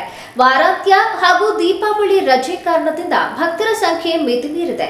ಹೀಗಾಗಿ ಬೆಂಗಳೂರು ಹಾಸನ ಬಸ್ ಸಂಚಾರ ತಾತ್ಕಾಲಿಕವಾಗಿ ಸ್ಥಗಿತ ಮಾಡಲಾಗಿದೆ. ಜನಸಂಖ್ಯೆ ನಿಯಂತ್ರಿಸಲು ಟಿಕೆಟ್ ಬುಕಿಂಗ್ ಕೂಡ ತಾತ್ಕಾಲಿಕವಾಗಿ ಸ್ಥಗಿತಗೊಳಿಸಲಾಗಿದೆ. ಹಾಸನಾಂಬೆ ದೇಗುಲ ಹಾಗೂ ಸುತ್ತಮುತ್ತ ಭಾರೀ ಜನಸ್ತೋಮ ನೆರೆದಿದೆ. ಭಕ್ತರು ಹಾಸನಾಂಬೆ ದರ್ಶನಕ್ಕೆ ಸರತಿ ಸಾಲಿನಲ್ಲಿ ಕಾಯುತ್ತಿದ್ದಾರೆ. ಇತ್ತ ಭಾರೀ ಸಂಖ್ಯೆಯಲ್ಲಿ ಭಕ್ತರು ಆಗಮಿಸುತ್ತಿದ್ದಾರೆ. ಭಕ್ತರ ನಿಯಂತ್ರಣಕ್ಕೆ ಪೊಲೀಸರು ಹರಸಾಹಸ ಪಡುತ್ತಿದ್ದಾರೆ. ಭಕ್ತರನ್ನು ನಿಯಂತ್ರಿಸಲು ಅಸಾಧ್ಯದ ಪರಿಸ್ಥಿತಿ ನಿರ್ಮಾಣವಾಗುತ್ತಿದ್ದಂತೆ ತಾತ್ಕಾಲಿಕವಾಗಿ ಕೆಎಸ್ಆರ್ಟಿಸಿ ಬಸ್ ಸಂಚಾರ ಸ್ಥಗಿತಗೊಳಿಸಲಾಗಿದೆ. ಈಗಾಗಲೇ ಸಹಸ್ರಾರು ಭಕ್ತರು ಹಾಸನಾಂಬೆ ದರ್ಶನ ಪಡೆಯಲು 50,000 ಮುಂಗಡ ಟಿಕೆಟ್ ಕಾಯ್ದಿರಿಸಿದ್ದಾರೆ. ಹೀಗಾಗಿ ತಾತ್ಕಾಲಿಕವಾಗಿ ಟಿಕೆಟ್ ಬುಕಿಂಗ್ ಕೂಡ ಸ್ಥಗಿತಗೊಳಿಸಲಾಗಿದೆ. ಹಾಸನಾಂಬೆ ದರ್ಶನಕ್ಕೆ ಭಕ್ತರ ಸಾಗರ ಹೆಚ್ಚಾಗಿರುವ ಕಾರಣ ದರ್ಶನಕ್ಕೆ ಕಿಲೋಮೀಟರ್ ಗಟ್ಟಲೆ ಸಾಲು ದೊಡ್ಡದಾಗಿದೆ. ₹1,000 ಹಾಗೂ ₹300 ಟಿಕೆಟ್ ಪಡೆದ ಭಕ್ತರು ಪ್ರತ್ಯೇಕ ಸಾಲುಗಳಲ್ಲಿ ಬಂದು ದರ್ಶನ ಪಡೆಯುತ್ತಿದ್ದಾರೆ. ಎರಡೂ ಸಾಲುಗಳು ಕಿಲೋಮೀಟರ್ಗೂ ಅಧಿಕ ಉದ್ದವಾಗಿವೆ. ಒಂದು ಧರ್ಮವನ್ನು ಅಥವಾ ಶಿಸ್ತನ್ನು ಇಷ್ಟಪಡುವವರೇ ದೇಶವನ್ನು ಪ್ರೀತಿಸುವವರು. ಆರ್ಎಸ್ಎಸ್ ವಿರೋಧಿಸುವವರು ದೇಶವನ್ನು ಇಷ್ಟಪಡದವರು ಮಾತ್ರ ಎಂದು ವಿಧಾನ ಪರಿಷತ್ ಸದಸ್ಯ ರವಿಕುಮಾರ್ ಟೀಕಿಸಿದರು. ಇಂದು ದೇವಿಯ ದರ್ಶನ ಪಡೆದು ಬಳಿಕ ಮಾಧ್ಯಮದೊಂದಿಗೆ ಮಾತನಾಡಿ, ಜಿಲ್ಲಾಡಳಿತ ದೇವಿಯ ದರ್ಶನಕ್ಕೆ ಉತ್ತಮ ವ್ಯವಸ್ಥೆ ಮಾಡಿದ್ದಾರೆ. ನಾನು ಉಸ್ತುವಾರಿ ಸಚಿವರಿಗೆ ಹಾಗೂ ಜಿಲ್ಲಾಡಳಿತಕ್ಕೆ ಅಭಿನಂದನೆಗಳನ್ನು ಸಲ್ಲಿಸುತ್ತೇನೆ. ಪ್ರಿಯಾಂಕಾ ಖರ್ಗೆ ಅವರು ನೀಡಿದ ಹೇಳಿಕೆಗಳು ಖಂಡನೀಯ. ಆರ್ಎಸ್ಎಸ್ ಈ ದೇಶಕ್ಕೆ ಏನು ಕೆಟ್ಟದ್ದು ಮಾಡಿದೆ? ಒಂದು ತಪ್ಪಾದರೂ ಹೇಳಲಿ. ದೇಶವನ್ನು ಪ್ರೀತಿಸುವವರು ಯಾರೂ ಆರ್ಎಸ್ಎಸ್ ವಿರೋಧ ಮಾಡುವುದಿಲ್ಲ. ಈ ಸಂಘಟನೆ ದೇಶಪ್ರೇಮ, ಶಿಸ್ತಿನ ಹಾಗೂ ಸಮಾಜ ಸೇವೆಯ ಪರವಾಗಿದೆ ಎಂದು ಹೇಳಿದರು. ಭಾಳ ಖುಷಿಯಾಗಿದ್ದೇನು ಅಂತ ಹೇಳಿದರೆ, ಭಾಳ ಶಿಸ್ತನ್ನು, ಡಿಸಿಪ್ಲಿನನ್ನು ಏರ್ಪಾಟ್ ಮಾಡಿದ್ದಾರೆ. ಬಂದಂಥ ಎಲ್ಲ ಭಕ್ತಾದಿಗಳಿಗೂ ಕೂಡ ಭಾಳ ಸರಳವಾಗಿ ದೇವಿಯ ದರ್ಶನವನ್ನು ಮಾಡಿ ಹೋಗ್ತಕ್ಕಂಥ ಒಂದು ವ್ಯವಸ್ಥೆಯನ್ನು ಜಿಲ್ಲಾಡಳಿತ ಮಾಡಿದೆ. ಹಾಗಾಗಿ ನಾನು ಸರ್ಕಾರಕ್ಕೆ ಮತ್ತು ಜಿಲ್ಲಾಡಳಿತಕ್ಕೆ ಮತ್ತು ಈ ಜಿಲ್ಲೆಯ ಉಸ್ತುವಾರಿ ಸಚಿವರಿಗೆ ನಾನು ಅಭಿನಂದನೆಯನ್ನು ಸಲ್ಲಿಸ್ತೇನೆ. ಜಿಲ್ಲಾಧಿಕಾರಿಗಳಿಗೂ ಕೂಡ ಈ ಸಂದರ್ಭದಲ್ಲಿ ನಾನು ಅಭಿನಂದನೆಯನ್ನು ಸಲ್ಲಿಸ್ತೇನೆ. ಭಾಳ ಒಳ್ಳೆಯ ವ್ಯವಸ್ಥೆಯನ್ನು ಮಾಡಿದ್ದಾರೆ. ಈಗ ರಾಜ್ಯದಲ್ಲಿ ಪ್ರಮುಖವಾಗಿ ಚರ್ಚೆ ಆಗಿದ್ದರೆ RSS ವಿಚಾರ ಸರ್. ಹೀಗಾಗಿ ಪತ್ರ ಬರೆದು ನೆನ್ನೆ ಒಂದು ಹೇಳಿಕೆಯನ್ನು ಪ್ರಿಯಾಂಕ್ ಖರ್ಗೆ ಅವರು ಕೊಟ್ಟಿದ್ದಾರೆ ಸರ್. ನೋಡಿ, RSS ಬಗ್ಗೆ ಒಂದು ಧರ್ಮವನ್ನು ಇಷ್ಟಪಡದೇ ಇರತಕ್ಕಂಥವ್ರು, ಶಿಸ್ತನ್ನು ಇಷ್ಟಪಡದೇ ಇರತಕ್ಕಂಥವ್ರು, ದೇಶಭಕ್ತಿಯನ್ನು ಇಷ್ಟಪಡದೇ ಇರತಕ್ಕಂಥವ್ರು ಮಾತ್ರ RSSನ್ನು ವಿರೋಧ ಮಾಡಬಹುದು. ಹಾಗಾಗಿ ಪ್ರಿಯಾಂಕಾ ಖರ್ಗೆ ಅವರು RSSನ ಬಗ್ಗೆ ಏನು ಅವಹೇಳನಕಾರಿಯಾಗಿ ಮಾಡ್ತಾ ಇದ್ದಾರೆ, ದೇವರು ಒಳ್ಳೇದು ಮಾಡಲ್ಲ ಅವರಿಗೆ. ನಾನು ಅವ್ರ ತಂದೆಯವ್ರ ಬಗ್ಗೆ ಹೇಳ್ತಾ ಇಲ್ಲ, ಅವ್ರ ಬಗ್ಗೆ ಮಾತ್ರ ನಾನು ಉದ್ದೇಶಪೂರ್ವಕವಾಗಿ ಹೇಳ್ತಾ ಇದ್ದೇನೆ. ಅವ್ರ ತಂದೆಯವರು ಈ ಥರ ಹೇಳಿಲ್ಲ. ಆದರೆ ಪ್ರಿಯಾಂಕಾ ಖರ್ಗೆ ಅವರು RSS ಬಗ್ಗೆ ಏನು ಮಾಡ್ತಾ ಇದ್ದಾರೆ, ಖಂಡಿತ ಅವ್ರಿಗೆ ದೇವ್ರು ಒಳ್ಳೇದು ಮಾಡಲ್ಲ. ಇಷ್ಟು ಮಾತ್ರ ನಾನು ಹೇಳಬಲ್ಲೆ. ಈಗ ಉದಾಹರಣೆ ನಾನು ಕೇಳ್ತೀನಿ, RSS ಏನು ಕೆಟ್ಟದ್ದು ಮಾಡಿದೆ ಈ ದೇಶಕ್ಕೆ? ಒಂದು ಹೇಳಿ, ಏನು ಕೆಟ್ಟದ್ದು ಮಾಡಿದೆ ಅಂತ. ಅವ್ರು ಹೇಳ್ಬೋದು ಮುಸಲ್ಮಾನರಿಗೆ ಇಷ್ಟ. ಈ ದೇಶವನ್ನು ಇಷ್ಟಪಡ್ತಕ್ಕಂಥವ್ರು ಯಾರಿಗೂ ಕೂಡ RSS ವಿರೋಧ ಮಾಡಲ್ಲ. ಈ ದೇಶವನ್ನು ಪ್ರೀತಿಸ್ತಕ್ಕಂಥವ್ರಿಗೆ, ಈ ದೇಶವನ್ನು ಇಷ್ಟಪಡ್ತಕ್ಕಂಥವ್ರಿಗೆ RSS ಯಾರಿಗೂ ಕೆಟ್ಟದ್ದು ಮಾಡಲ್ಲ. RSS ಒಂದೇನು ಹೇಳ್ತಾ ಇದೆ, ಈ ದೇಶಕ್ಕೆ ನಿಷ್ಠವಾಗಿರಿ, ಈ ದೇಶಕ್ಕೆ ಏನಾದರೂ ನಿನ್ನ ಕೈಲಾದಷ್ಟು ಒಳ್ಳೇದು ಮಾಡಿ, ಜನಕ್ಕೆ ಒಳ್ಳೇದು ಮಾಡಿ, ಕಷ್ಟದಲ್ಲಿರೋರ್ಗೆ ಒಳ್ಳೇದು ಮಾಡಿ. ಇದನ್ನು RSS ಹೇಳ್ತಾ ಇದೆ. ಇದನ್ನು ಹೇಳೋದು ತಪ್ಪ ಅಲ್ಲ. ನಾಥಾರಾಮ್ ಗೂಡ್ಸೆ ಅವರು RSS ಮೂಲ ಅಂತ ಅವ್ರಿಗೆ ಹೇಳ್ತಾ ಇದ್ದಾರೆ. ನೋಡಿ, ಸರ್ಕಾರನೇ ಇತ್ತು. ಯಾವ ಸರ್ಕಾರ ಇತ್ತು? ಕಾಂಗ್ರೆಸ್ ಸರ್ಕಾರನೇ ಇತ್ತು. ಕಾಂಗ್ರೆಸ್ ಸರ್ಕಾರ ರಚನೆ ಮಾಡಿರ್ತಕ್ಕಂಥ ಎಲ್ಲ ಕಮಿಟಿಗಳು ಕೂಡ ರಿಪೋರ್ಟ್ ಕೊಟ್ಟಿದೆ. ಏನಂತ ರಿಪೋರ್ಟ್ ಕೊಟ್ಟಿದೆ? ಇದರೊಳಗಡೆ ಅವರ ಪಾತ್ರ ಇಲ್ಲ, RSSನ ಪಾತ್ರ ಇಲ್ಲ ಅಂತ ಹೇಳಿದೆ. ಸುಪ್ರೀಂ ಕೋರ್ಟ್ ಜಡ್ಜ್ಮೆಂಟ್ ಬಂದಿದೆ. ಒಂದು ಸಾರಿ ಅಲ್ಲ, 2 ಸಾರಿ ತನಿಖಾ ವರದಿಗಳು ನೆಹರು ಅವ್ರ ಕಾಲದಲ್ಲಿ ಬಂದಿದೆ. ಇದ್ರ ಬಗ್ಗೆ ಏನು ಹೇಳ್ತಾರೆ? ಯಾಕೆ ಮಾತಾಡ್ತಾ ಇಲ್ಲ? BK ಹರಿಪ್ರಸಾದ್ ಆಗಲಿ, ಪ್ರಿಯಾಂಕಾ ಖರ್ಗೆ ಅವರಾಗಲಿ, ಸಂತೋಷ್ ಲಾಡ್ ಆಗಲಿ, ಇನ್ಯಾರಾದರೂ ಆಗಲಿ. ಹಾಗಾಗಿ ಇದು ಬಹಳ ಖಂಡನೀಯ. 2ನೇ ಪಾಯಿಂಟನ್ನು ನಾನು ಹೇಳೋದಕ್ಕೆ ಬಯಸ್ತೇನೆ. ನಿನ್ನೆ ಏನು ಪ್ರವೀಣ್ ಕುಮಾರ್ ಲಿಂಗಸೂರಿನಲ್ಲಿ ಒಬ್ಬ PDO ಅವರನ್ನು ಸಸ್ಪೆಂಡ್ ಮಾಡಿದ್ದಾರೆ. ನಾನು ಕೇಳೋದಕ್ಕೆ ಬಯಸ್ತೇನೆ, ತನ್ನ ಡ್ಯೂಟಿ ಅವರ್ಸನ್ನು ಬಿಟ್ಟು RSSನ ರೂಟ್ ಮಾರ್ಚ್ನಲ್ಲಿ ಭಾಗವಹಿಸಿದ್ದಾರೆ. ಏನು ತಪ್ಪು ಮಾಡಿದ್ದಾರೆ ಅದರೊಳಗಡೆ? Is he participated any destructive activity? ಇಲ್ವಲ್ಲ. ಹಾಗಾಗಿ ಒಂದು ಕೇಂದ್ರ ಸರ್ಕಾರದ ನಿಯಮಾವಳಿಗಳಲ್ಲಿ ಭಾಗವಹಿಸ್ಬೋದು ಅಂತ ಹೇಳಿದೆ. ಅದು ಸಂತೋಷ್ ಹೆಗ್ಡೆ ಅವರು ಹೇಳಿದ್ದಾರೆ, ಇದು ಸಂವಿಧಾನದ ಬಾಹಿರವಾಗಿರ್ತಕ್ಕಂಥ ನಿರ್ಧಾರ, ಸಮಾಜದ್ರೋಹಿ, ದೇಶದ್ರೋಹಿ ನಿರ್ಧಾರ, ಸಂವಿಧಾನದ ವಿರುದ್ಧವಾಗಿ ಈ ಥರ ಕ್ರಮ ತೆಗೆದುಕೊಂಡಿದ್ದಾರೆ. ಆ ರೀತಿ ಸ್ಕೂಲ್ ಮತ್ತು ಕಾಲೇಜಸ್ನ ಬಿಡುವಿನ ವೇಳೆಯಲ್ಲಿ ಗ್ರೌಂಡ್ಗಳನ್ನು ಯಾಕೆ ಉಪಯೋಗಿಸಬಾರ್ದು? ಕೊಡಿ, ನೀವು ಬೇರೆ ಬೇರೆ ಕಾರ್ಯಕ್ರಮಗಳಿಗೂ ಕೊಡಿ. ಬಾರಿ RSS ಬಗ್ಗೆ ಹೇಳ್ತಾ ಇಲ್ಲ. ಆ ಗ್ರೌಂಡ್ಗಳ ಉಪಯೋಗ ಆಗಬೇಕು, ಕಟ್ಟಡಗಳ ಉಪಯೋಗ ಆಗಬೇಕು ಸಮಾಜದ ಚಟುವಟಿಕೆಗಳಿಗೆ, ದೇಶದ ಬಲಿಷ್ಠಗೊಳ್ತಕ್ಕಂಥ ಚಟುವಟಿಕೆಗಳಿಗೆ. ಯಾಕೆ ಗ್ರೌಂಡ್ಗಳನ್ನು ಸುಮ್ಮನೆ ಇಟ್ಕೊಂಡು ಕೂತ್ಕೊಳ್ತೀರಾ? ಸರ್ಕಾರಿ ಕಚೇರಿಗಳನ್ನು ಸುಮ್ಮನೆ ಇಟ್ಕೊಂಡು ಕೂತ್ಕೊಳ್ತೀರಾ? ಕೊಡಿ ಸಾರ್ವಜನಿಕ ಕೆಲಸಕ್ಕೆ, ಸಮಾಜ ಉಪಯೋಗಿ ಕೆಲಸಕ್ಕೆ ಆ ಗ್ರೌಂಡ್ಗಳ, ಆ ಕಟ್ಟಡಗಳ ಉಪಯೋಗಕ್ಕೆ ಕೊಡಿ. ನಮಗೆ ಅವರೇ RSSಗಲ್ಲ, ಎಲ್ಲರಿಗೂ ಕೊಡಿ. ಕನ್ನಡ ರಕ್ಷಣಾ ವೇದಿಕೆ ಕೊಡಿ, ಸಾಂಸ್ಕೃತಿಕ ಚಟುವಟಿಕೆಗಳಿಗೆ ಕೊಡಿ, ಧಾರ್ಮಿಕ ಚಟುವಟಿಕೆಗಳಿಗೆ ಕೊಡಿ, ನಮಗೆ ಅಂತಲ್ಲ ಎಲ್ಲರಿಗೂ ಕೊಡಿ. ಅದಕ್ಕೆ ಏನಾದ್ರು ನಿಯಮಾವಳಿಗಳನ್ನು ರೂಪಿಸಿ. ಹಾಗಾಗಿ ಸರ್ಕಾರ ಯೋಚನೆ ಮಾಡಿಬಿಟ್ಟು ನಿರ್ಧಾರ ತೆಗೆದುಕೊಳ್ಬೇಕು ಅಂತೇಳಿ ನಾನು ಈ ಸಂದರ್ಭದಲ್ಲಿ ಹೇಳೋದಕ್ಕೆ ಬಯಸ್ತೇನೆ. ಈಗ ಜಾಹೀರಾತು. ಸೆಲ್ ಯೋರ್ ಗೋಲ್ಡ್, ನಿಮ್ಮ ಚಿನ್ನನ ಹಿಂದೆ ಸೇಲ್ ಮಾಡಿ. ಸೇಲ್ ಯುವರ್ ಗೋಲ್ಡ್, ನಿಮ್ಮ ಚಿನ್ನವನ್ನು ಹಿಂದೆ ಸೇಲ್ ಮಾಡಿ. Sale your gold, sale your gold, ನಿಮ್ಮ Stop it! ಎಲ್ಲರೂ ಚಿನ್ನನ ಸೇಲ್ ಮಾಡಿ ಅಂತ ಹೇಳ್ತಿದ್ದಾರೆ, ಆದ್ರೆ ನಮ್ಮ ಅಜ್ಜಿ ತಂದೆ ತಾಯಿ ಕೊಟ್ಟಂತ ಉಡುಗೊರೆಯ ಒಡವೆಗಳು ಹರಾಜೋಗ್ತಿವೆ. ಯಾರು ಒಡವೆಗಳನ್ನ ಉಳಿಸ್ಕೊಳ್ಳಿ ಅಂತ ಹೇಳ್ತಿಲ್ಲ. ನಮ್ಮ ಬೆನಕ ಗೋಲ್ಡ್ ಕಂಪನಿಗೆ ಕಾಲ್ ಮಾಡಿ ನಿಮ್ಮ ಒಡವೆಗಳನ್ನ ಬಿಡಿಸಿ ಉಳಿಸಿಕೊಡುತ್ತೇವೆ. EMI ಮೂಲಕ ನಿಮ್ಮ ಒಡವೆಗಳನ್ನ ವಾಪಸ್ ಪಡೆಯೋ ಸುವರ್ಣ ಅವಕಾಶ ನಿಮ್ಮದಾಗಿಸಿಕೊಳ್ಳಿ. ನಿಮ್ಮ ನೆಮ್ಮದಿಯ ನಾಳೆಗಾಗಿ ಕಾಲ್ Benaka gold company 6366 111 999. Benaka Gold Company, we value you and your valuables. ದಕ್ಷಿಣ ಭಾರತದ ಹೆಸರಾಂತ ನಂಬರ್ 1 ಹಾಗೂ ನಂಬಿಕೆಗೆ ಅರ್ಹವಾದ ನಮ್ಮ ಬೆನಕ ಗೋಲ್ಡ್ ಕಂಪನಿಯು ನೀವು ಅಡ ಇಟ್ಟ ಚಿನ್ನವನ್ನು ಬಿಡಿಸಿಕೊಡುವುದಲ್ಲದೆ ಉಳಿಸಿಕೊಳ್ಳಲು ಸಹಕರಿಸುತ್ತದೆ. ಚಿನ್ನಕ್ಕೆ ಚಿನ್ನದಂತ ಬೆಲೆ ಬೇಕೆ? ಕಾಲ್ Benaka gold company 6366 111 999. Benaka Gold Company, we value you and your valuables. ಹಾಸನದ ಜನತೆಗೆ ಬಾಲ್ಯವನ್ನು ನೆನಪಿಸುವ ರಸಭರಿತ ಸ್ವೀಟ್ಸ್, ಕಣ್ಣಿಗೆ ಸುಂದರವೆನಿಸುವ, ಮನಸ್ಸಿಗೆ ಹಿತ ಎನಿಸುವ, ಬಾಯಿಗೆ ರುಚಿ ಎನಿಸುವ ಅತ್ಯುತ್ತಮ ಗುಣಮಟ್ಟದ ರುಚಿಯಾದ ಸ್ವೀಟ್ಸ್ಗಳಿಗಾಗಿ Shri Mahalakshmi sweets.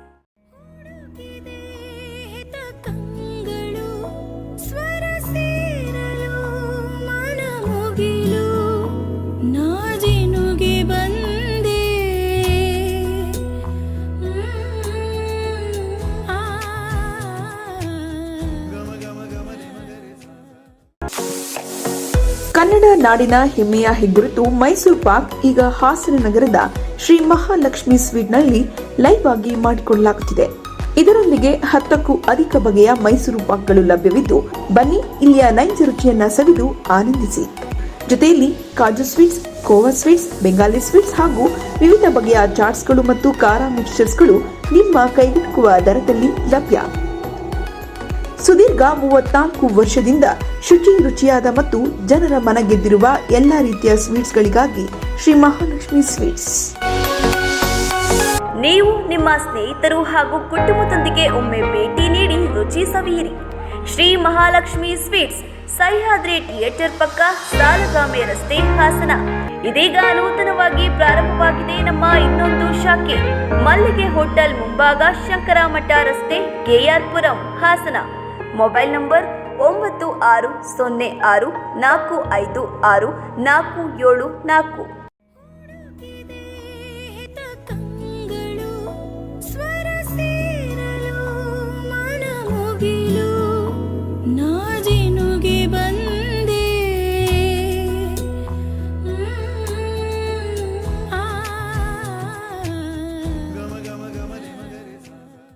Vijay silver palace, ಬೆಳ್ಳಿಯ ಆಭರಣಗಳ ಮತ್ತು ಬೆಳ್ಳಿ ವಸ್ತುಗಳ ಎಕ್ಸ್ಕ್ಲೂಸಿವ್ ಶೋರೂಮ್. ಮೊಟ್ಟ ಮೊದಲ ಪ್ರತ್ಯೇಕ ಬೆಳ್ಳಿ ಆಭರಣಗಳ ಭಂಡಾರ ವಿಜಯ್ ಸಿಲ್ವರ್ ಪ್ಯಾಲೇಸ್. ನಮ್ಮಲ್ಲಿ ಎಲ್ಲ ಮಾದರಿಯ 92.5 ಹಾಲ್ಮಾರ್ಕ್ನ ಬೆಳ್ಳಿಯ ಆಭರಣಗಳು ದೊರೆಯುತ್ತವೆ. ಗೋಲ್ಡ್ ಪ್ಲೇಟೆಡ್ ಆಂಟಿಕ್ ನೆಕ್ಲೆಸ್ಗಳು, ಜುಮುಕಿಗಳು, ಸೊಂಟದ ಡಾಬುಗಳು, ಟೆಂಪಲ್ ಡಿಸೈನ್ ಬಳೆಗಳು, ತೋಡುಬಂದಿಗಳು, ಎಮರಾಲ್ಡ್ ವಸ್ತುಗಳು, ಪ್ರತಿನಿತ್ಯ ಹೊಸ ಹೊಸ ಡಿಸೈನ್ಗಳು ಇಲ್ಲಿ ಲಭ್ಯವಿದೆ. ದೇವರ ವಿಗ್ರಹಗಳು, ಬೆಳ್ಳಿಯ ದೀಪಗಳು, ಬೆಳ್ಳಿ ತಟ್ಟೆ, ಬೆಳ್ಳಿ ಚೊಂಬು, ಪೂಜಾ ಸಾಮಗ್ರಿಗಳು, ಬೆಳ್ಳಿಯ ದೇವರ ಮಂಟಪಗಳು ದೊರೆಯುತ್ತವೆ. Vijay silver palace, Subhash square, Devigere circle, Hassan. Contact 9060133333. Gomathi Kalyana Mantapa 14 ವಸಂತಗಳನ್ನು ಪೂರೈಸಿ 15ನೇ ವರ್ಷಕ್ಕೆ ಪಾದಾರ್ಪಣೆ ಮಾಡುತ್ತಿರುವ ನಮ್ಮ ಗೋಮತಿ ಕಲ್ಯಾಣ ಮಂಟಪವನ್ನ ಹೊಚ್ಚ ಹೊಸ ರೂಪದಲ್ಲಿ ನಿಮ್ಮ ಮುಂದೆ ಪ್ರಸ್ತುತಪಡಿಸುತ್ತಿದ್ದೇವೆ. ಅತ್ಯಾಧುನಿಕವಾಗಿ ನವೀಕರಣಗೊಂಡ ಕಲ್ಯಾಣ ಮಂಟಪದಲ್ಲಿ 1200 ಜನರು ಕೂರಬಹುದಾದಂತಹ ಬ್ಯಾಂಕ್ವೆಟ್ ಹಾಲ್ ಹಾಗೂ 700 ಜನರು ಊಟ ಮಾಡಬಹುದಾದ ಡೈನಿಂಗ್ ಹಾಲ್ ಇದ್ದು, ಮದುವೆ, ಬೀಗರ ಔತಣ, ನಾಮಕರಣ ಮತ್ತು ಎಲ್ಲ ಶುಭ ಸಮಾರಂಭಗಳಿಗೆ, ಸಸ್ಯಾಹಾರಿ ಮತ್ತು ಮಾಂಸಾಹಾರಿ ಔತಣಗಳಿಗೆ ಹಾಲ್ ಅನ್ನು ನೀಡಲಾಗುತ್ತದೆ. 4 ಎಕರೆಗೂ ಅಧಿಕ ಜಾಗದಲ್ಲಿ ವಾಹನಗಳಿಗೆ ಉತ್ತಮವಾದ ಪಾರ್ಕಿಂಗ್ ವ್ಯವಸ್ಥೆ ಸಹ ಲಭ್ಯವಿದೆ.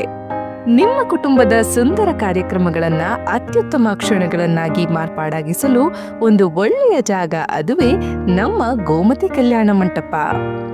ಗೋಮತಿ ಕಲ್ಯಾಣ ಮಂಟಪ, ಕೋಟ್, ಹೊಸ ಬಸ್ ನಿಲ್ದಾಣದ ಹತ್ತಿರ, ಚನ್ನಪಟ್ಟಣ ಬಡಾವಣೆ, ಹೊಳೆನರಸೀಪುರ ರಸ್ತೆ, ಹಾಸನ.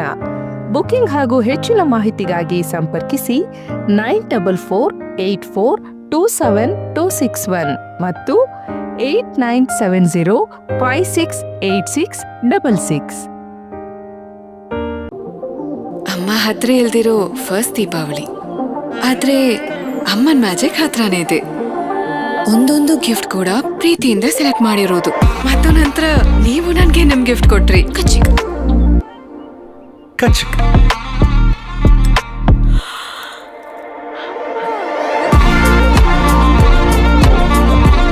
ಕಚಕ್.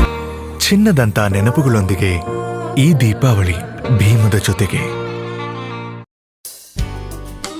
ವೈದ್ಯಕೀಯ ಸೇವೆಯನ್ನು ಬಡ ಜನರಿಗೆ ಹಾಗೂ ಎಲ್ಲ ವರ್ಗದ ಜನರಿಗೆ ಅನುಕೂಲ ದರಗಳಲ್ಲಿ ಉತ್ತಮ ಗುಣಮಟ್ಟದ ವೈದ್ಯಕೀಯ ಸೇವೆಯನ್ನು ಒದಗಿಸುವ ಬದ್ಧತೆಯೊಂದಿಗೆ SSM ಮಲ್ಟಿ ಸ್ಪೆಷಾಲಿಟಿ ಆಸ್ಪತ್ರೆ ಕಳೆದ 2 ದಶಕಗಳಿಂದ ಕಾರ್ಯನಿರ್ವಹಿಸುತ್ತಾ ಬಂದಿದೆ. ಸಂಸ್ಥೆಯ ಮುಖ್ಯ ನಿರ್ದೇಶಕ ಡಾಕ್ಟರ್ ದಿನೇಶ್ ರವರ ದೂರದೃಷ್ಟಿ ಮತ್ತು ಸಮಾಜಮುಖಿ ಧ್ಯೇಯಗಳು ಹಾಸನ ಜನತೆಗೆ ಹಲವಾರು ಸ್ಪೆಷಾಲಿಟಿ ಮತ್ತು ಪ್ರಮುಖ ಸೂಪರ್ ಸ್ಪೆಷಾಲಿಟಿ ಸೌಲಭ್ಯಗಳನ್ನು ಸಾದರಪಡಿಸುವಲ್ಲಿ ಯಶಸ್ವಿಯಾಗಿದೆ. ಈ ಸಂಸ್ಥೆಯು ಇಂದು ಡಾಕ್ಟರ್ ಸೌಮ್ಯ ದಿನೇಶ್ ಅವರ ಸಾರಥ್ಯದಲ್ಲಿ ಇನ್ನೂ ಹೆಚ್ಚಿನ ಆರೋಗ್ಯ ಸೇವೆಗಳನ್ನು ಹಾಗೂ ಉತ್ತಮ ಶ್ರೇಣಿಯ ವ್ಯವಸ್ಥೆಯನ್ನು ಒದಗಿಸುವ ನಿಟ್ಟಿನಲ್ಲಿ ಆಸ್ಪತ್ರೆಯನ್ನು ಹಾಸನ ಜಿಲ್ಲೆಯಲ್ಲಿಯೇ ಅತ್ಯುತ್ತಮ ಆಸ್ಪತ್ರೆಯನ್ನಾಗಿ ನವೀಕರಿಸಲಾಗಿದೆ. ಇಲ್ಲಿ ದೊರೆಯುವ ಸೌಲಭ್ಯಗಳು 24x7 ತುರ್ತು ಚಿಕಿತ್ಸಾ ಸೌಲಭ್ಯಗಳು, ಅತ್ಯಾಧುನಿಕ 32 slice CT scan, ultrasound, x-ray, doppler ಮತ್ತು ಮೆಮೊಗ್ರಫಿ ಸೌಲಭ್ಯಗಳು, ಸುಸಜ್ಜಿತ ಮೆಡಿಕಲ್ ಮತ್ತು ಸರ್ಜಿಕಲ್ ICU, ದಿನದ 24 ಗಂಟೆ ಡಯಾಲಿಸಿಸ್ ಚಿಕಿತ್ಸೆ ಮತ್ತು ಮೂತ್ರಪಿಂಡ ತಜ್ಞರು, ನವಜಾತ ಶಿಶು ಮತ್ತು ಗರ್ಭಿಣಿಯರಿಗೆ ಪ್ರತ್ಯೇಕ ಆರೈಕೆ ವಿಭಾಗ, ಉತ್ತಮ ವೈದ್ಯಕೀಯ ಸೌಲಭ್ಯಗಳನ್ನು ಒದಗಿಸಲು ಹೊರರೋಗಿ ಸೇವಾ ವಿಭಾಗ, ಉತ್ತಮ ಗಾಳಿ, ಬೆಳಕು ಮತ್ತು ಮೂಲಭೂತ ಸೌಕರ್ಯಗಳನ್ನೊಳಗೊಂಡ general ward, special ward, deluxe ward ಮತ್ತು ಸೂಟ್ ರೂಮ್ಗಳು, ನುರಿತ ಶುಶ್ರೂಷಕರು ಮತ್ತು ವೈದ್ಯಕೀಯ ಸಿಬ್ಬಂದಿಗಳು, ಎಲ್ಲಾ ಸರ್ಕಾರಿ ಮತ್ತು ಕಾರ್ಪೊರೇಟ್ ವಿಮಾ ಸೌಲಭ್ಯಗಳು, BPL ಮತ್ತು ಯಶಸ್ವಿನಿ ಯೋಜನೆಯಡಿಯಲ್ಲಿ ಶಸ್ತ್ರ ಚಿಕಿತ್ಸೆಗಳನ್ನು ಮಾಡಲಾಗುತ್ತದೆ. ಪ್ರತಿದಿನ ಫಿಸಿಯೋಥೆರಪಿ ಮತ್ತು ದೇಹದ ತೂಕ ಕಡಿಮೆ ಮಾಡಿಕೊಳ್ಳಲು ಡಯಟಿಷಿಯನ್ ಸಹ ಲಭ್ಯರಿದ್ದಾರೆ. ಡಾಕ್ಟರ್ ವಿನಾಯಕ್ ಎನ್, ಮುಖ್ಯ ಆಡಳಿತಾಧಿಕಾರಿಗಳು ಮತ್ತು ನಿರ್ದೇಶಕರು. ನಿಮ್ಮ ಎಲ್ಲಾ ರೀತಿಯ ಆರೋಗ್ಯ ಸಮಸ್ಯೆಗಳಿಗೆ ಹಿಂದೆ ಭೇಟಿ ಕೊಡಿ SSM ಮಲ್ಟಿ ಸ್ಪೆಷಾಲಿಟಿ ಆಸ್ಪತ್ರೆ. ಮತ್ತೊಮ್ಮೆ ವಾರ್ತೆಗಳಿಗೆ ಸ್ವಾಗತ. ಸಂಯುಕ್ತ ಕರ್ನಾಟಕ ಪತ್ರಿಕೆಯ ಜಿಲ್ಲಾ ವರದಿಗಾರ ರಮೇಶ್ ಹಂಡ್ರಂಗಿ ಶುಕ್ರವಾರ ಆಕಸ್ಮಿಕವಾಗಿ ನಿಧನರಾಗಿದ್ದಾರೆ ಎಂದು ಜಿಲ್ಲಾ ಪತ್ರಕರ್ತರ ಸಂಘದ ಭವನದಲ್ಲಿ ಶ್ರದ್ಧಾಂಜಲಿ ಸಭೆ ನಡೆಸಿ ಅವರ ಆತ್ಮಕ್ಕೆ ಶಾಂತಿ ಕೋರಿದರು.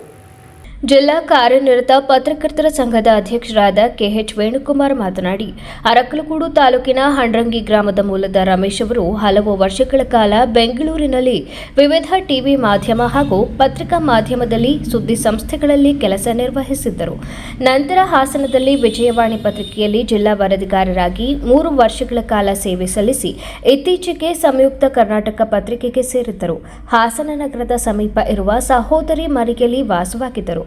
ರಮೇಶ್ ಅವರ ನಿಧನದ ನಿಖರ ಕಾರಣ ಇನ್ನೂ ತಿಳಿದು ಬಂದಿಲ್ಲ. ಮೃತರು ತಂದೆ, ತಾಯಿ, ಸಹೋದರ ಮತ್ತು ಸಹೋದರಿಯನ್ನು ಅಗಲಿದ್ದಾರೆ ಎಂದು ಹೇಳಿದರು. ರಮೇಶ್ ಈಗ ಒಂದು ನನಗೆ ಹಾಸನಿಗೆ ಬಂದಾಗ ಪರಿಚಯ, ನಮ್ಮ ಜಿಲ್ಲೆಯವರು ಅಂತ ಗೊತ್ತಾದ್ಮೇಲೆ ಇನ್ನೂ ಸ್ವಲ್ಪ ಆತ್ಮೀಯತೆ ಬೆಳೀತು. ತದನಂತರ ಎಲ್ಲರ ಜೊತೆ ತುಂಬ ಹೊಂದಾಣಿಕೆ ಮಾಡ್ಕೊಂಡು ಹೋಗ್ತಿದ್ದು, ಅನ್ಯೋನ್ಯವಾಗಿರ್ತಾ ಇದ್ದು, ಸ್ನೇಹಜೀವಿಯಾಗಿ ವರ್ತಿಸ್ತಾ ಇದ್ದು ಯಾವಾಗಲೂ ಕಂಡು ಬರ್ತಾ ಇತ್ತು. ನಾನು ಅಬ್ಸರ್ವ್ ಮಾಡಿದಂಥ ಸಂದರ್ಭದಲ್ಲಿ ಮತ್ತೆ ನಾನು ತುಂಬ ಜನರ ಹತ್ರ ಕೇಳ್ಪಟ್ಟಿದ್ದೀನಿ, ರಮೇಶ್ ಇವತ್ತಿನವರೆಗೆ ಒಬ್ಬರ ವಿರುದ್ಧ ಒಂದು ಮಾತಾಡ್ದವನಲ್ಲ, ಆ ಥರದ ವ್ಯಕ್ತಿತ್ವ, ಒಬ್ಬರ ಯಾರು ಏನಾದ್ರು ಆಗಲಿ ಅವನಿಗೆ ಅದಕ್ಕೂ ಸಂಬಂಧವೇ ಇಲ್ಲ. ಆ ಥರ ಅವ್ನು ಏನಿದ್ರು ಒಂದು ಪಾಸಿಟಿವ್ನೆಸ್ ತಗೊಳ್ತಾ ಇದ್ದು ಬಿಟ್ರೆ ಆ ಥರ ಅಂಥ ಸ್ನೇಹ ಜೀವಿ. ಕೇವಲ ಸ್ನೇಹಕ್ಕೆ ಮಾತ್ರ ಆತ ಮನಸ್ಸು ಕೊಡ್ತಾ ಇದ್ದ ಹೊರತು ದ್ವೇಷಕ್ಕೆ ಯಾವತ್ತೂ ಇದು ಮಾಡಲೇ ಇಲ್ಲ. ಅಂತ ಒಂದು ಮನಸ್ಸು ಆತನಿಗಿತ್ತು. ಈಗ ನನಗೆ ಈ ಒಂದು 15-20 ದಿವಸದಿಂದ ನಾನು ಧರ್ಮಸ್ಥಳ ಆಯುರ್ವೇದಿಕ್ ಆಸ್ಪತ್ರೆಗೆ ಹೋಗಿದ್ದೆ. ಅಲ್ಲಿ ಕೂತಿದ್ದು ಏನು ಬಂದಿದೆ ರಮೇಶ್ ಅಂದ್ರೆ, ಅಣ್ಣ ವಿಜಯವಾಣಿ ಬಿಟ್ಟಿದ್ದೀನಿ, ಒಂದು ಇದಕ್ಕೆ ಒಂದು ವಾರ ಇಲ್ಲೇ ಸೇರಿ ನೋಡಿದ್ರು ಸ್ವಲ್ಪ ರಿಫ್ರೆಶ್ ಆಗಿ ಬಂದಿದ್ದೀನಿ, ಇಲ್ಲೇ ಅಡ್ಮಿಟ್ ಆಗಿಲ್ಲ ಅಂತ ಹೇಳಿದೆ. ಆಯ್ತು, ಈಗಲೂ ಒತ್ತಡದಿಂದ ಆಚೆ ಬಂದು ಇಲ್ಲೊಂದು ವಾರ ನೆಮ್ಮದಿಯಾಗಿ ಹಿಡಿದು ಎಲ್ಲ ಬಿಟ್ಬಿಡ್ತೀನಿ ಅಣ್ಣ ಅಂತ ಅಂದ್ರೆ ಅಷ್ಟು ಆತ ಒಬ್ಬನಾಗ ಎಲ್ಲ ಹಂಚ್ಕೋತಾ ಇರಲಿಲ್ಲ. ನಾನು ಅದ್ರಂತೂ ನೇರವಾಗಿ ಮಾತಾಡ್ತಾ ಇದ್ರು. ಮೊನ್ನೆ ಕಾರ್ಯಕ್ರಮಕ್ಕೆ ಬಂದ ದಿವಸ ಬಂದು ಕೈ ಕೊಟ್ಟು ವಿಶ್ ಮಾಡೋರಿಗೆ ಅಣ್ಣ ನಿಮ್ ಕೆಲಸ ಇದು ಅಂತೆಲ್ಲ ಹೇಳಿ ಪಾಪ ಅಷ್ಟು ಚಂದ ಮಾತಾಡೋಗಿದ್ರು. ನೆನ್ನೆ ಸಂಜೆ 4 ಗಂಟೆಗೆ ಹೋಗ್ಬೇಕಾದ್ರೆ ಪ್ರಕಾಶ, ನಾನು TV5 ಪ್ರಕಾಶ, ನಾನು ಹಾಸನಾಂಬ ಟೆಂಪಲ್ ಅಲ್ಲಿ ಹೋಗ್ಬೇಕಾದ್ರೂ ಕೂಡ ಅವ್ನ ವಿಚಾರನೇ ಮಾತಾಡ್ಕೊಂಡೋದ್ವಿ. ಕರೆಕ್ಟಾಗಿ 6:06ವರೆಗೆ ನಮ್ಮ ಶಶಿ ಫೋನ್ ಮಾಡಿ ಅಣ್ಣ ಹಿಂಗೆ ಮಾಡ್ಕೋ, ಹಿಂಗೆ ಆಗ್ಬಿಟ್ಟಿದೆ ಅಂತ. ಅದು ನೋಡಿದಾಗ ಅತ್ಯಂತ ಬೇಜಾರಾಯ್ತು. ಬಟ್ ನಾವು ರಮೇಶ್ ಇವತ್ತು ಇಲ್ಲ, ಏನಕ್ಕಿಲ್ಲ ಅನ್ನೋದಕ್ಕಿಂತಲೂ ಪ್ರತಿಯೊಂದು ವಿಚಾರವನ್ನ ನಮ್ಮನ್ನು ನಾವು ಸರಿ ಮಾಡ್ಕೋಬೇಕು ಅಂತ ಇನ್ನೊಬ್ರು ಬಂದು ಸರಿ ಮಾಡೋದಿಲ್ಲ. ನಮ್ಮ ಯಾವುದೇ ಒತ್ತಡ ಇದ್ರೂ ನಾವೇ ನಿವಾರಣೆ ಮಾಡ್ಕೋಬೇಕು. ನಮ್ಮ ಯಾವುದೇ ಸಮಸ್ಯೆ ಇದ್ರೂ ನಾವೇ ಸಮಸ್ಯೆಯನ್ನ ಬಗೆಹರಿಸ್ಕೋಬೇಕು. ಅಂತ ಸಂದರ್ಭಗಳಲ್ಲಿ ಮನಸ್ಸನ್ನ ಮತ್ತೊಂದು ಕಡೆಗೆ, ಒತ್ತಡದ ಮನಸ್ಸು ಬಂದಂತ ಸಂದರ್ಭದಲ್ಲಿ ಮನಸ್ಸನ್ನ ಕೇಂದ್ರೀಕೃತಗೊಳಿಸ್ತಾರೆ, ಮತ್ತೊಂದು ಕಡೆಗೆ ಆ ಮನಸ್ಸನ್ನ ಏಕಾಗ್ರತೆ ಬೇರೆ ಕಡೆ ತಗೊಂಡೋಗಂತ ಪ್ರಯತ್ನ ಮಾಡಿ ಎಲ್ಲರೂ ಆರೋಗ್ಯದ ಕಡೆಗೆ ಗಮನ ಕೊಡಬೇಕು. ಈ ಸಂದರ್ಭದಲ್ಲಿ ಜಿಲ್ಲಾ ಪತ್ರಕರ್ತರ ಸಂಘದ ಕಾರ್ಯದರ್ಶಿ PA ಶ್ರೀನಿವಾಸ್, G ಪ್ರಕಾಶ್, ಬನವಾಸಿ ಮಂಜು, ಮೋಹನ್, ಮಲ್ಲಿಕ್ ಇತರರು ಮೃತರನ್ನು ಸ್ಮರಿಸಿ ಅವರ ಆತ್ಮಕ್ಕೆ ಶಾಂತಿ ಕೋರಿ ಸಂತಾಪ ವ್ಯಕ್ತಪಡಿಸಿದರು. ಇದೇ ವೇಳೆ ಜಿಲ್ಲಾ ಪತ್ರಕರ್ತರ ಸಂಘದ ಕಾರ್ಯದರ್ಶಿ CB ಸಂತೋಷ್, ಖಜಾಂಚಿ ಕುಮಾರ್ ಇತರರು ಉಪಸ್ಥಿತರಿದ್ದರು. ದೀಪಾವಳಿ ಹಬ್ಬದ ಸಂದರ್ಭದಲ್ಲಿ ಪಟಾಕಿ ಸಿಡಿದು ಕಣ್ಣಿಗೆ ಗಾಯವಾದರೆ ತಕ್ಷಣ ತುರ್ತು ಚಿಕಿತ್ಸೆ ನೀಡುವುದರಿಂದ ದೃಷ್ಟಿ ನಷ್ಟ ತಪ್ಪಿಸಬಹುದು ಎಂದು ರೆಟಿನಾ ತಜ್ಞೆ ಡಾಕ್ಟರ್ ಪ್ರಿಯಾ ಸಿಂಹಾಸನ್ ಹೇಳಿದರು. ಪತ್ರಿಕಾಗೋಷ್ಠಿಯಲ್ಲಿ ಮಾತನಾಡಿದ ಅವರು, ಹಾಸನ ನಗರದಲ್ಲಿರುವ ವಾಸನ್ ಐ ಕೇರ್ ಆಸ್ಪತ್ರೆಯಲ್ಲಿ ಅಕ್ಟೋಬರ್ 14ರಿಂದ 31ರವರೆಗೆ 15 ವರ್ಷದೊಳಗಿನ ಮಕ್ಕಳಿಗೆ ಉಚಿತ ಕಣ್ಣು ತಪಾಸಣೆ ಮತ್ತು ಚಿಕಿತ್ಸೆ ಶಿಬಿರವನ್ನು ಹಮ್ಮಿಕೊಳ್ಳಲಾಗಿದೆ. ದೀಪಾವಳಿಯ ಖುಷಿಯಲ್ಲಿ ಪಟಾಕಿ ಸಿಡಿಸುವಾಗ ಮಕ್ಕಳು ಸುರಕ್ಷತೆ ಕಾಪಾಡದೇ ಇದ್ದರೆ ಕಣ್ಣಿನ ಮೇಲೆ ಗಂಭೀರ ಪರಿಣಾಮ ಬೀರುತ್ತದೆ. ಕಣ್ಣು, ಕಾರ್ನಿಯಾ ಅಥವಾ ಒಳಭಾಗಕ್ಕೆ ಪಟಾಕಿ ಕಿಡಿ ಬಿದ್ದರೆ ದೃಷ್ಟಿ ಹಾನಿಯಾಗುವ ಅಪಾಯವಿದೆ. ಪಟಾಕಿ ಗಾಯವಾದ ಕೂಡಲೇ ಆಸ್ಪತ್ರೆಗೆ ಕರೆದುಕೊಂಡು ಬಂದು ತುರ್ತು ಚಿಕಿತ್ಸೆ ಕೊಡಿಸಿದರೆ ದೃಷ್ಟಿ ದೋಷ ತಪ್ಪಿಸಬಹುದು. ದೇಶದಾದ್ಯಂತ ನಮ್ಮ ಆಸ್ಪತ್ರೆಯ 176 ಶಾಖೆಗಳು ಕಾರ್ಯನಿರ್ವಹಿಸುತ್ತಿವೆ. ಬೆಂಗಳೂರಿನಲ್ಲಿ 9 ಹಾಗೂ ಇತರೆ ಭಾಗಗಳಲ್ಲಿ 9 ಕೇರ್ ಸೆಂಟರ್ಗಳಿವೆ. ಹಾಸನದ ಈ ಶಿಬಿರದ ಉದ್ದೇಶ ಮಕ್ಕಳ ಕಣ್ಣಿನ ಸುರಕ್ಷತೆ ಹಾಗೂ ಜನಜಾಗೃತಿ ಮೂಡಿಸುವುದು ಎಂದು ಹೇಳಿದರು.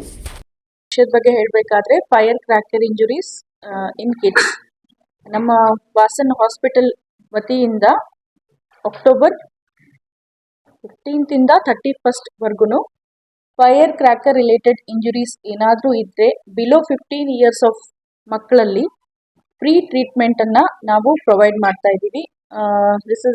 V are very happy to tell that we are providing free treatment for all the patients, all the kids specially below 15 years of age.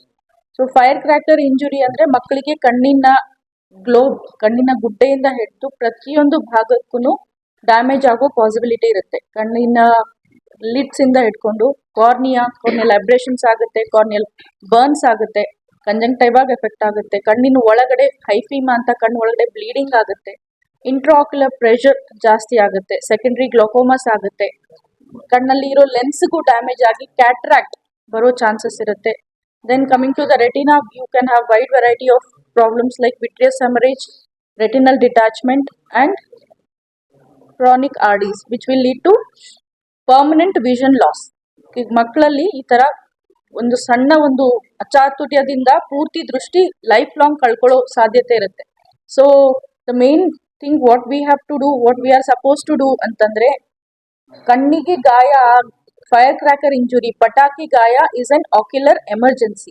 Emergency ಅಂದರೆ ಆದಷ್ಟು ಬೇಗ ಗಾಯ ಆದ ತಕ್ಷಣನೇ ನಾವು ಮಕ್ಕಳನ್ನ ನಿಯರೆಸ್ಟ್ ಐ ಹಾಸ್ಪಿಟಲ್ಗೆ ಕರ್ಕೊಂಡು ಹೋಗ್ಬೇಕು. ಕಣ್ಣಿಗೆ ಫಸ್ಟ್ ನೀವಾಗಿ ಕಣ್ಣನ್ನ ವಾಶ್ ಮಾಡ್ಕೋಬಾರ್ದು. ಮಕ್ಕಳು ಕಣ್ಣಿಂದ ಏನಾದರೂ ಬಂದರೆ ಅದನ್ನ ಆಚೆ ತೆಗಿಬಾರ್ದು. ಕಣ್ಣಿಗೆ ಬ್ಯಾಂಡೇಜ್ ಬೇಗ ನಿಯರೆಸ್ಟ್ ಐ ಹಾಸ್ಪಿಟಲ್ಗೆ ಕರ್ಕೊಂಡು ಹೋಗಿ ಅಲ್ಲಿ ಚೆಕಪ್ ಮಾಡಿಸಿ ಪ್ರೈಮರಿ ಟ್ರೀಟ್ಮೆಂಟ್ ಏನು ಬೇಕೋ ಮಾಡಿ ನೆಕ್ಸ್ಟ್ ಫುಲ್ ಟ್ರೀಟ್ಮೆಂಟ್ನ ನಾವು ಕೊಡ್ತೀವಿ. So we as an Vasan eye care hospitals include in AST enterprise has 176 branches all over India. In Karnataka we have 9 branches in Bangalore, 9 branches in rest of the Karnataka. So we are here functioning from over a past 10 ವರ್ಷದಿಂದ ನಾವಿಲ್ಲಿ ಹಾಸನದಲ್ಲಿ ಕೆಲಸ ಮಾಡ್ತಾ ಇದ್ದೀವಿ. So this period from October 15 to October 31st, free treatment for all the kids below 15 years firecracker injury ಇರೋರಿಗೆ. Thank you. ಹೌದು,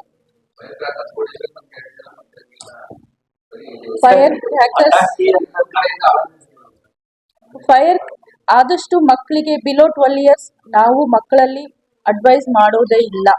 ಅಕಸ್ಮಾತ್ below about 12 years light fire ಕ್ರಾಕರ್ಸ್ನ ಯೂಸ್ ಮಾಡಿ, ಅದು ಓನ್ಲಿ ಅಂಡರ್ ಅಡಲ್ಟ್ ಸೂಪರ್ವಿಷನ್. ಒಂದು.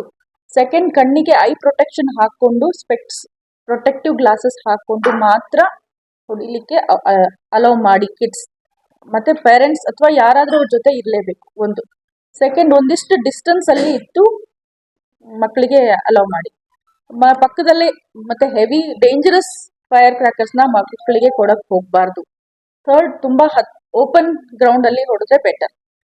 ಮೂರನೇದು, ಹತ್ರದಲ್ಲೇ ನೀರಿಂದು ಅಥವಾ ಮರಳು ಇಟ್ಕೊಂಡ್ರೆ ಆಗೋ ಡ್ಯಾಮೇಜ್ ನ ಕಮ್ಮಿ ಮಾಡಬಹುದು. ಆಮೇಲೆ ಬಾಕಿ ಭಾಗಕ್ಕೂ ಎಫೆಕ್ಟ್ ಆಗುತ್ತೆ. ಕಣ್ಣಿಗೆ ಎಫೆಕ್ಟ್ ಆದ್ರೆ ಪೂರ್ತಿ ದೃಷ್ಟಿ ಹೋಗುತ್ತೆ. That is the most important organ. ಅದ್ರ prevention is the best treatment ಅಂತ ಹೇಳ್ತಾರೆ. ಆಗದೆ ಆದ ಮೇಲೆ ಏನ್ ಮಾಡೋದು? First thing is it's an emergency.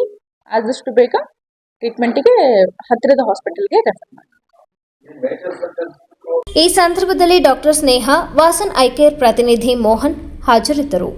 Hassan ನಗರದ ಅಂಬೇಡ್ಕರ್ ಭವನದಲ್ಲಿ ನವೆಂಬರ್ 13ರಿಂದ 15ರವರೆಗೆ ಸಿಐಟಿಯುವಿನ 16ನೇ ರಾಜ್ಯ ಸಮ್ಮೇಳನ ಹಮ್ಮಿಕೊಳ್ಳಲಾಗಿದೆ ಎಂದು ಸಿಐಟಿಯು ರಾಜ್ಯ ಪ್ರಧಾನ ಕಾರ್ಯದರ್ಶಿ ಮೀನಾಕ್ಷಿ ಸುಂದರಂ ತಿಳಿಸಿದರು.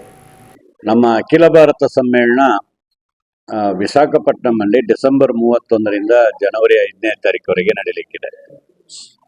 ಅದಕ್ಕೆ ಪೂರ್ವಭಾವಿಯಾಗಿ ನಮ್ಮ ರಾಜ್ಯ ಸಮ್ಮೇಳನಗಳು, ಜಿಲ್ಲಾ ಸಮ್ಮೇಳನಗಳು ಎಲ್ಲ ಕಡೆ ನಡೀತಾ ಇದೆ. ಈಗ ನಮ್ಮ ರಾಜ್ಯ ಸಮ್ಮೇಳನ ಮುಂದಿನ ತಿಂಗಳು ಹಾಸನದಲ್ಲಿ ನವೆಂಬರ್ 13ರಿಂದ 15ರವರೆಗೆ ನಡೀತಾ ಇದೆ. 15ನೇ ತಾರೀಕು ಒಂದು ಬೃಹತ್ ಅಂತ ಬಹಿರಂಗ ಸಭೆಯನ್ನ ನಡೆಸಲಿಕ್ಕಿದ್ದೀವಿ.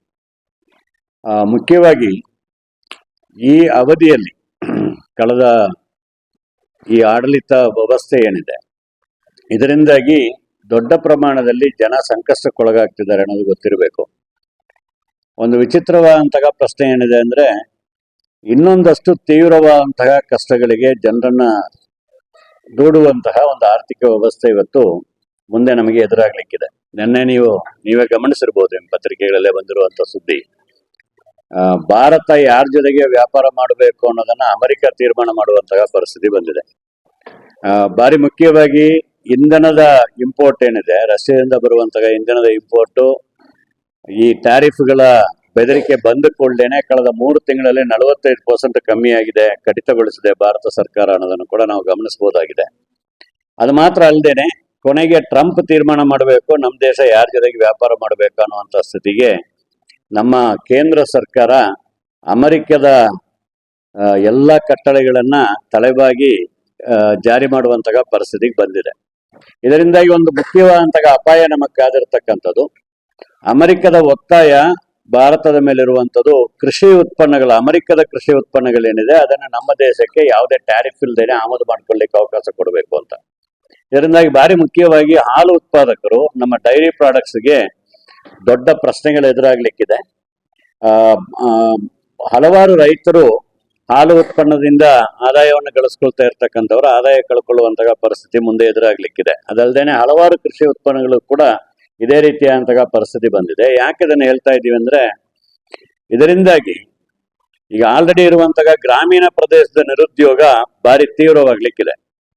ನಮ್ಮ ದೇಶದ ಒಳಗೆ ಕೃಷಿಯಲ್ಲಿ ಬಂದಿರುವಂತಹ ಬಿಕ್ಕಟ್ಟು ಮತ್ತು ಭಾರಿ ಅವೈಜ್ಞಾನಿಕವಾದಂತಹ ಭೂ ಸ್ವಾಧೀನ ಪ್ರಕ್ರಿಯೆಗಳು ಇದನ್ನ ಭಾರಿ ಬಲವಂತವಾಗಿ ಕೃಷಿಯಲ್ಲಿ ತೊಡಗಿರುವಂತಹ ರೈತರನ್ನ, ಕೃಷಿ ಕೂಲಿಗಾರರನ್ನ ಕೃಷಿಯಿಂದ ಹೊರದಬ್ಲಿಕ್ಕೆ ಆಗ್ತಾ ಇದೆ.